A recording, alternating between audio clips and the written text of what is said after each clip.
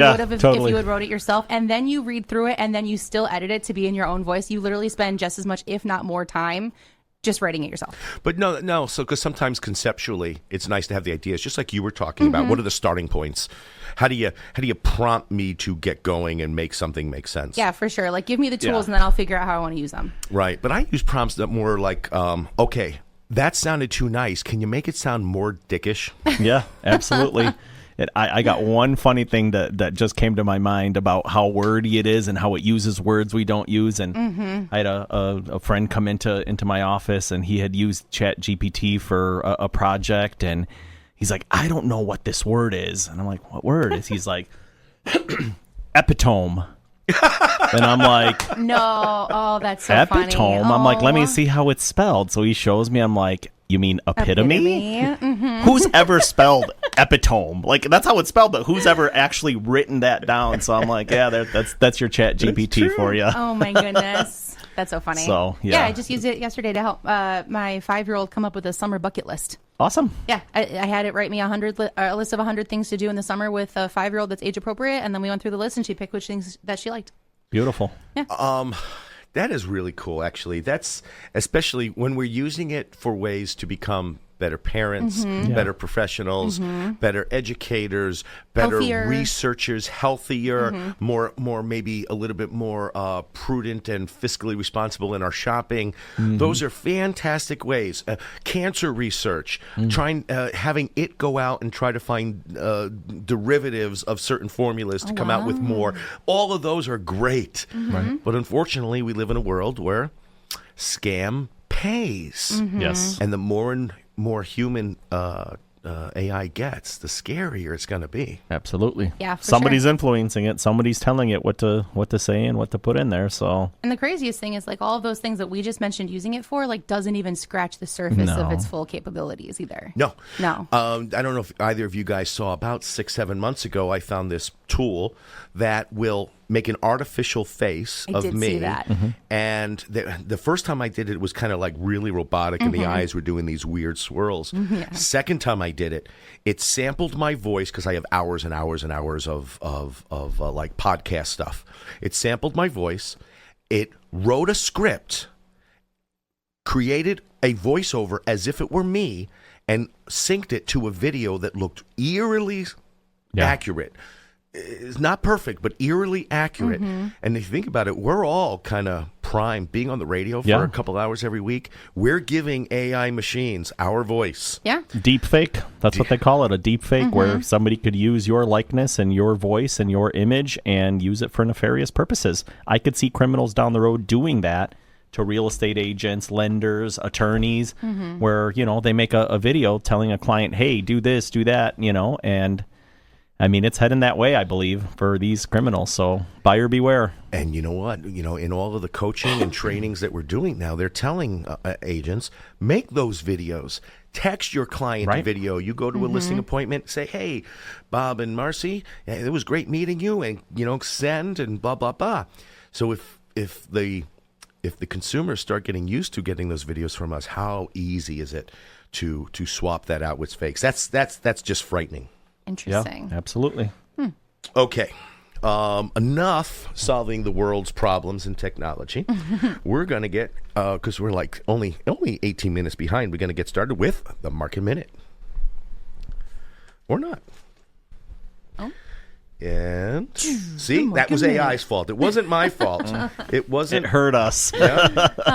Stay on top of the market with Dick Barr's Market Minute. Dick Barr's Market Minute.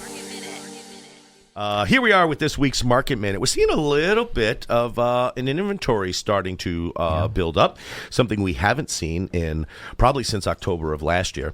But it's not huge, not drastic. Our active inventory in the Northwest region is about 10 over last week.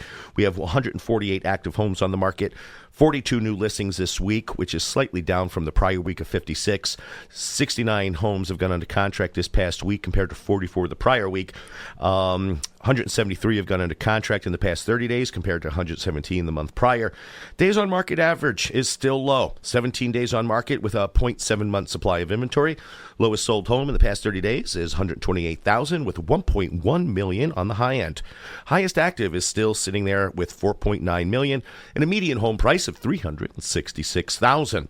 Heading over to the community of Antioch, where they've got the most active homes on the market at 37. 8 new listings this week, up from 6 the prior week. 13 new contracts, up from 7 the prior week. 35 homes have gone under contract in the past 30 days, double last month's of 18, and a days on market average of only 11 days. One of the lowest in the in the entire region, which is actually really good considering they have the highest inventory, but they also have the lowest days on market. Antioch does have a 1 month supply of inventory, and that is the highest in the region. For those new to the show, month supply of inventory is if no new listings come out on the market, how long will the inventory last before the buyers buy it at the current buying rate? Lowest price sold in Antioch is $195,000 with $510 on the high end in the past 30 days. Highest active home in the market is $2.5 million with a $356,000 median price. Excuse me. Now on over to Volo, Fox Lake, Ingleside, where they're sitting on 16 homes on the market. 7 new listings this week compared to the same last week. 12 homes under contract this past week, almost 4 times the prior week where there was only 3. 12 homes have gone under contract in the past 30 days, slightly up from 10 the prior month. 35 days on the market is the average for the Volo area. And a 0.7 month supply of inventory. Lowest price in the past 30 days is $160,000 with a $675,000 high. Highest active property is $977,000 with a median price just under $400,000. Now on over to Grays Lake, Gages Lake, Haynesville, Third Lake, and Wildwood. You know, sometimes people say, how come you don't break those up? What I try to do is, in the regions, is take similar housing inventory and similar populations and group them into a group. So obviously in the Grays Lake, Gages Lake, Haynesville, Third Lake, and Wildwood area, the predominant number of homes is going to come into the Grays Lake. But sometimes Gages Lake has none. And rather than reporting 0 and, you know, up from 0 is 1, I want to kind of give more broad view of what that looks like. Makes sense. So where were we? Grays Lake? So Grays Lake, 23 homes are active on the market, 8 new listings this week compared to 11 the prior week. 10 new contracts this week, which is remains stable from the prior week where there was also 10. And 28 homes under contract in the past 30 days, up from 18 the prior 30. And 23 days on market is the average marketing time for the Grays Lake area. And also a 0.7 month supply of inventory, which, as you'll know, we're going to hit 4 communities with exactly 0.7 month supplies. Kind of a funny, unique coincidence. Lowest price in the area was $160,000 with a high price of $675,000. Oops. Yeah. And 977 was the highest active, with 394 is the median. I want to correct something because I read from the wrong line. On the Volo, Fox Lake, and Ingleside, I reported the Grays Lake numbers, so I just want to correct that. Lowest price in the past 30 was $136,000. The high was $530,000. Highest active is $1.7 million, and the median was only $327,000, not the $394,000. Now on over to Gurnee, Wadsworth, and Old Mill Creek, where 33 homes are sitting on the market. Do you remember when Gurnee was sitting there at like 6? Nothing, for a long 7? time. Yes. Just hanging on to their properties. Yep. So now Gurnee is up there. It's more competitive. It's getting close to Antioch's level of inventory. 33 homes on the market, 6 new listings this week compared to 15 the prior week. 12 homes have gone under contract in the past 7 days, which is double the prior week of 6. And 28 homes have gone under contract in the past 30 days, up from 15 the prior. Days on market average in the Gurnee area is 11, and they have a 0.9 month supply of inventory. Lowest price sold was $176,000 with $1.1 million on the high and $4.9 million in the highest active.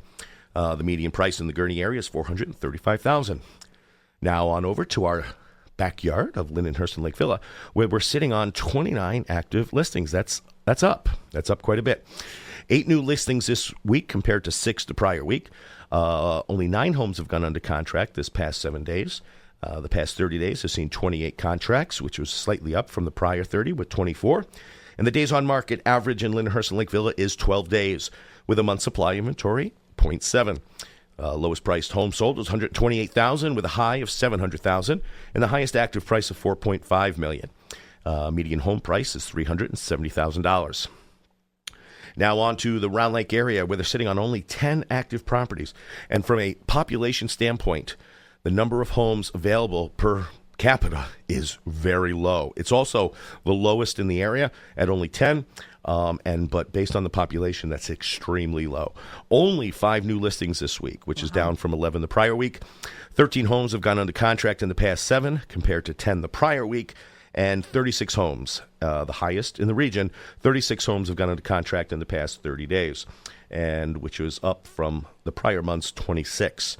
15 days on market is the average sales time, and only a 0.3-month supply of inventory. Lowest price in the area was $185,000 with a high of $467,000 and the highest active of $519,000. And the median price, $345,000. And that wraps up this week's Market Minute for the Northwest Lake County region. Mm-hmm.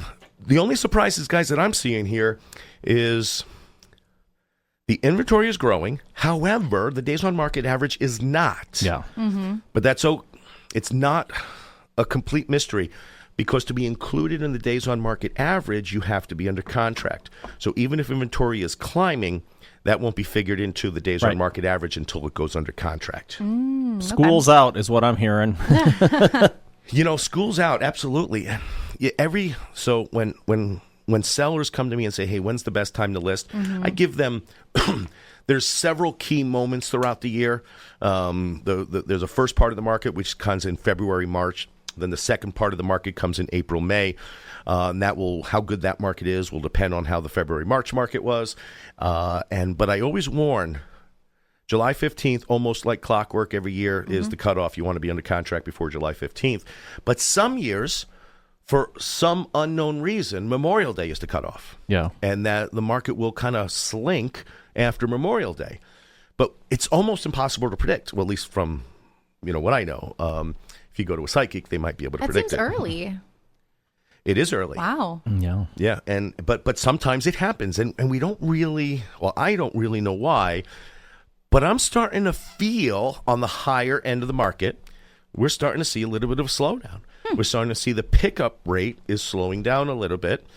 We haven't seen many price reductions, which is a good thing. We did see that back in October. Yeah. We saw a lot of price reductions. People kept trying to chase the market up, and then when October came, things slowed down. People were starting to lower their prices to match the demand. Then February came and things just started going crazy again. So we're not seeing price adjustments yet, but we are starting to see some inventory build up. Sly, what does it look like from your end on the mortgage side? We have definitely seen an uptick over the last few weeks of pre-approvals and new contracts. We actually last week got pretty busy, busier than I've been in a long, long time. I think I took 6 applications last week, and I have 5 this week, so that's a lot. It hasn't been like that in a long, long, long time, and I really, really think it's in part because, people were waiting for the school year to get out. There's so much pent-up demand and so many people that are just like, these rates aren't coming down like next week, so what are we doing waiting? The prices keep going up. We need a new house, and I think that's just people are just like, you know what, whatever. We're just going to buy and hopefully refinance down the road. So we have definitely seen an uptick in applications.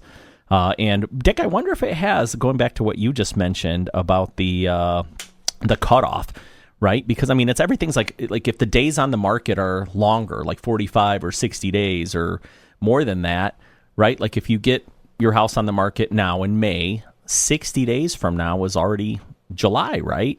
I'm sorry, we're in June, so 60 days from now is already in August. Right. Like now would be the time that you need to get the house on the market and get it sold before school starts.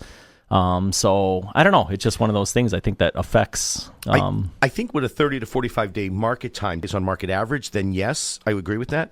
But the market average has been, between 5 and 15 days. Super fast. And that's kind of why that July 15th cutoff is there, because people want to be in contract by the 15th, because they have 30 days before they have to register for school or before they have to start school. Yeah. Sure. Right. So they want to be in contract by the 15th. If they're not, they've pretty much given up for the season. Okay. And then people who are less school centric on their moves are the buyers remaining in the market, unless someone's really desperate to get in. Right. Sure. Because of a relocation or something. But Right.